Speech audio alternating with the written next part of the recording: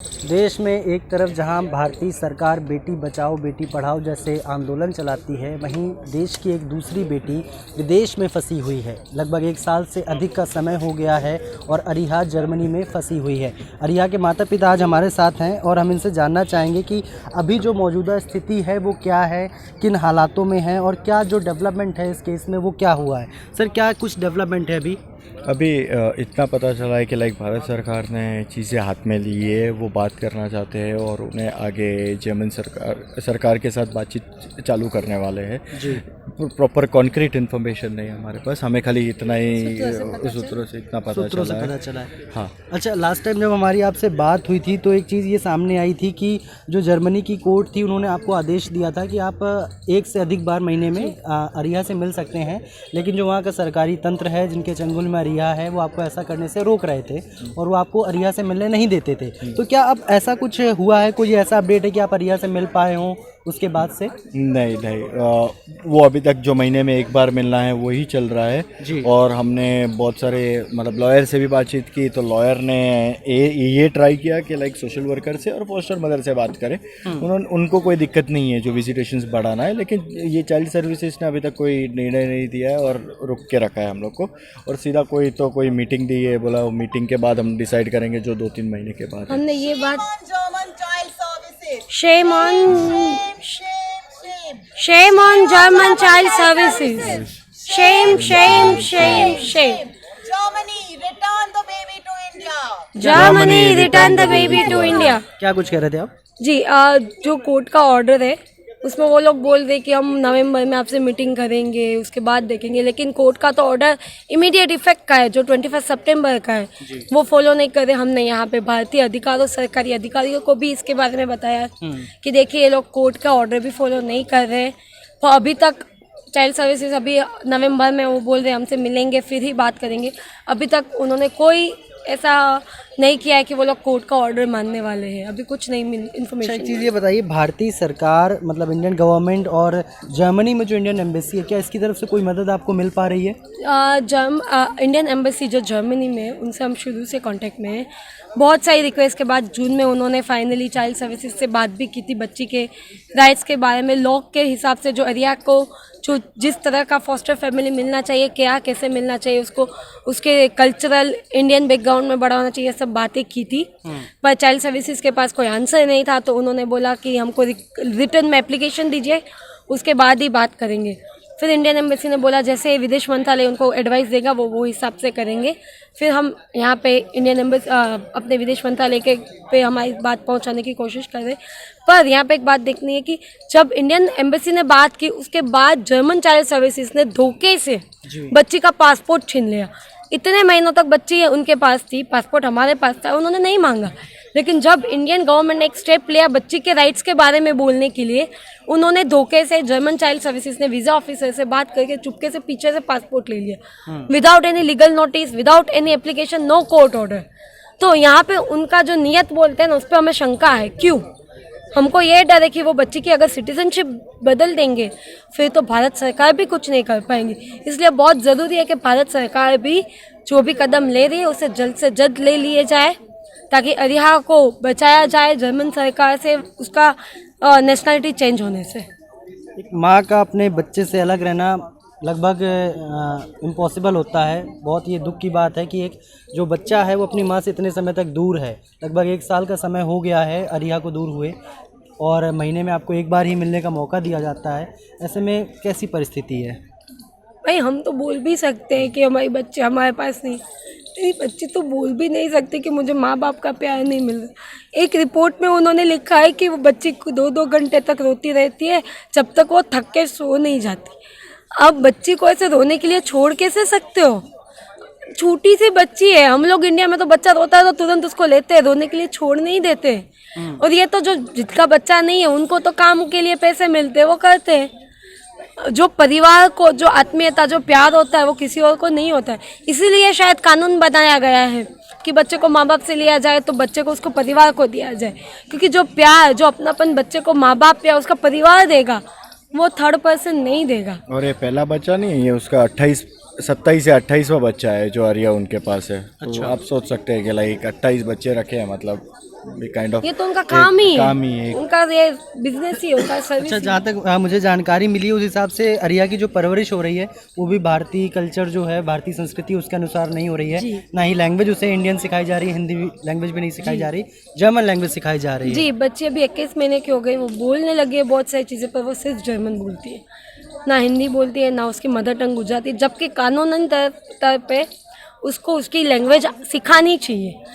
Generally कोई criminal भी होता है ना दूसरी कंट्री में, तो उसको भी इंडियन गवर्नमेंट की, इंडियन एम्बेसी की एक्सेस होती है कि वो जेल में भी देख सके कि इंडियन कैदी को काउंसलर सर्विस बोलते हैं कि इंडियन कैदी को बेसिक राइट्स मिल रहे कि नहीं। यहाँ पे तो अरिया ने कोई क्राइम नहीं किया है, उसकी गलती नहीं, तो उसको इंडियन एम्बेसी से भी मिलने की परमिशन नहीं है, कोई इंडियन लोगों से मिलने की परमिशन नहीं है, ना त्योहारों में इंडियन टेम्पल वगैरह इंडियन कम्युनिटी में जाने की परमिशन है। क्यों?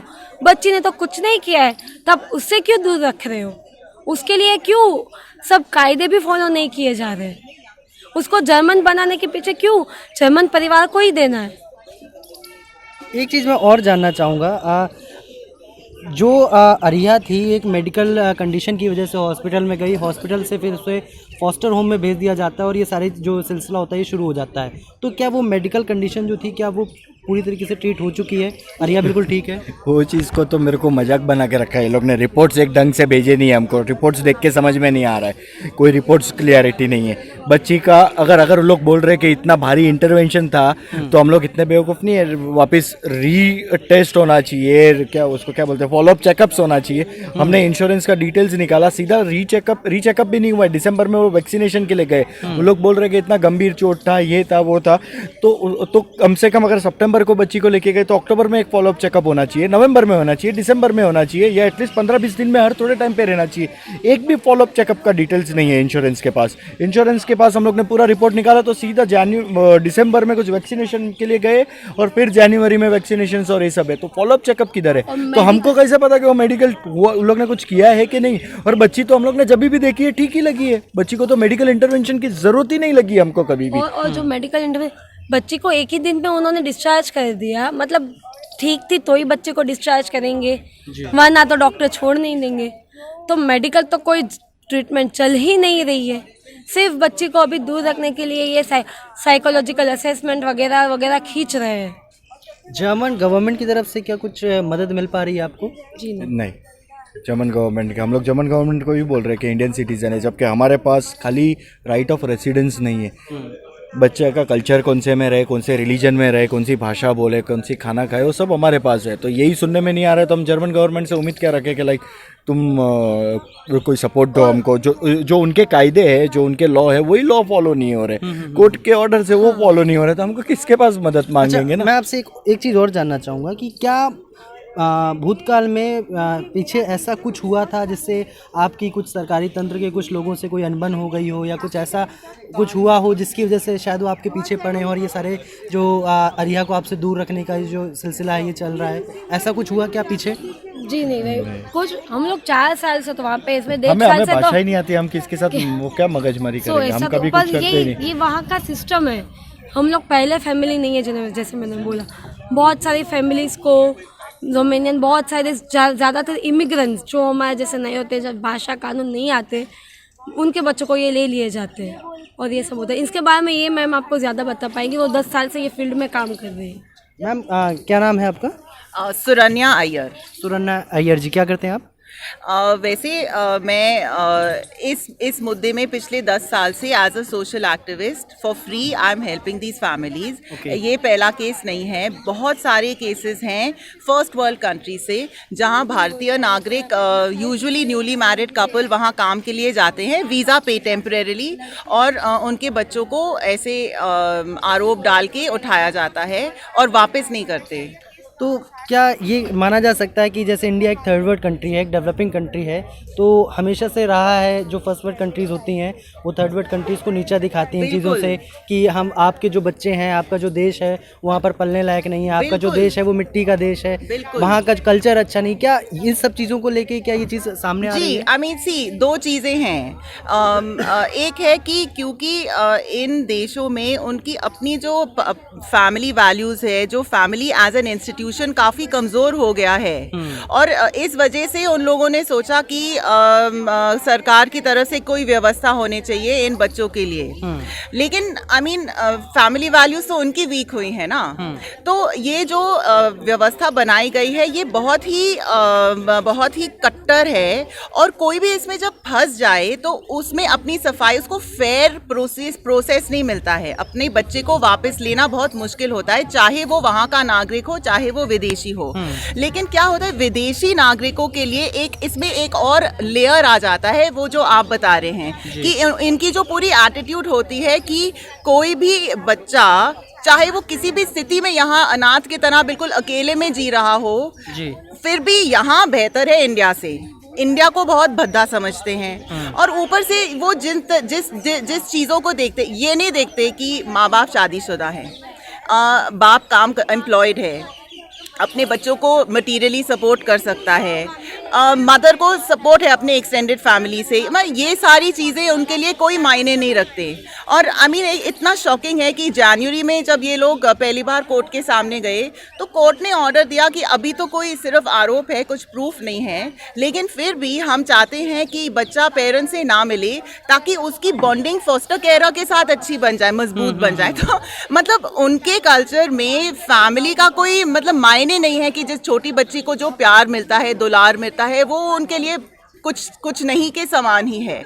और सबसे बड़ी बात है कि, और दूसरी बात है कि इस पूरी व्यवस्था के लिए हर एक बच्चा जो स्टेट कस्टडी में जाता है, तो जो फॉस्टर केयर है, जो लोकल म्यूनिसिपैलिटी है, जो साइकोलॉजिस्ट, डॉक्टर वगैरह है, सबको पैसे मिलते हैं पर चाइल्ड उनको। मतलब तो इसमें एक फाइनेंशियल इंसेंटिव भी है, बिल्कुल है, लेकिन इससे भी ज्यादा इनका अहंकार है।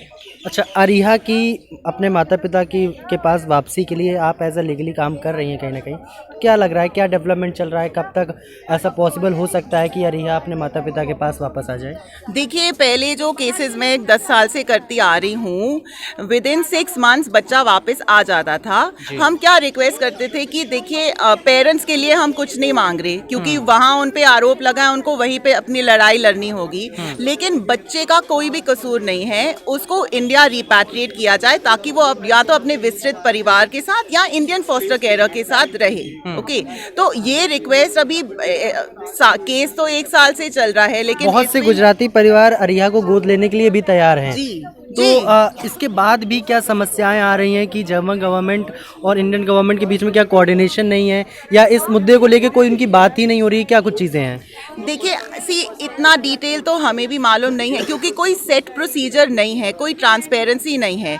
हमने MEA से इस केस के बारे में बात करी है और उम्मीद है कि वो कुछ इसमें कर रहे हैं, लेकिन इसके लिए दोनों कंट्रीज को कोऑपरेट करना पड़ेगा। और इसलिए आज हम जर्मनी को आवाज़ दे रहे हैं यहाँ से कि Germany must return baby Areeha. उनको देखिए, कोई भी अगर जर्मन सिटीजन बच्चा होता तो क्या उसको यहाँ रखना जायज़ होता जब उसका परिवार, उसका सब वहीं है? आई मीन ये बच्चे के लिए है। सी, जर्मन सिस्टम में इसको देखा जाता है कि पेरेंट्स के राइट्स क्या हैं, लेकिन हमें जो लगता है कि आप बच्चे के वेलफेयर के बारे में सोचे ना, पेरेंट्स के राइट आप डिसाइड कीजिए, बट मोर इम्पोर्टेंट इस बच्ची का फ्यूचर क्या होगा। बहुत छोटी है, इसको अपने परिवार, विस्तृत परिवार के साथ आने दीजिए। और हमारी भी यहाँ बाल सुरक्षा व्यवस्था है, तो पहले केसेस में जो बच्चे आए हैं, it is under the responsibility of the Indian child welfare committee and other institution, so it will be done in a way that the baby is also safe. We are aware that very serious allegations have been made, but ऐसे मतलब बहुत time निकला जा रहा है और डर ये है, इन लोगों ने इसका पासपोर्ट भी जब्त कर लिया कि इसकी नेशनैलिटी ना बदली जाए। Till yet I think there is no further improvement and the condition is more worsened.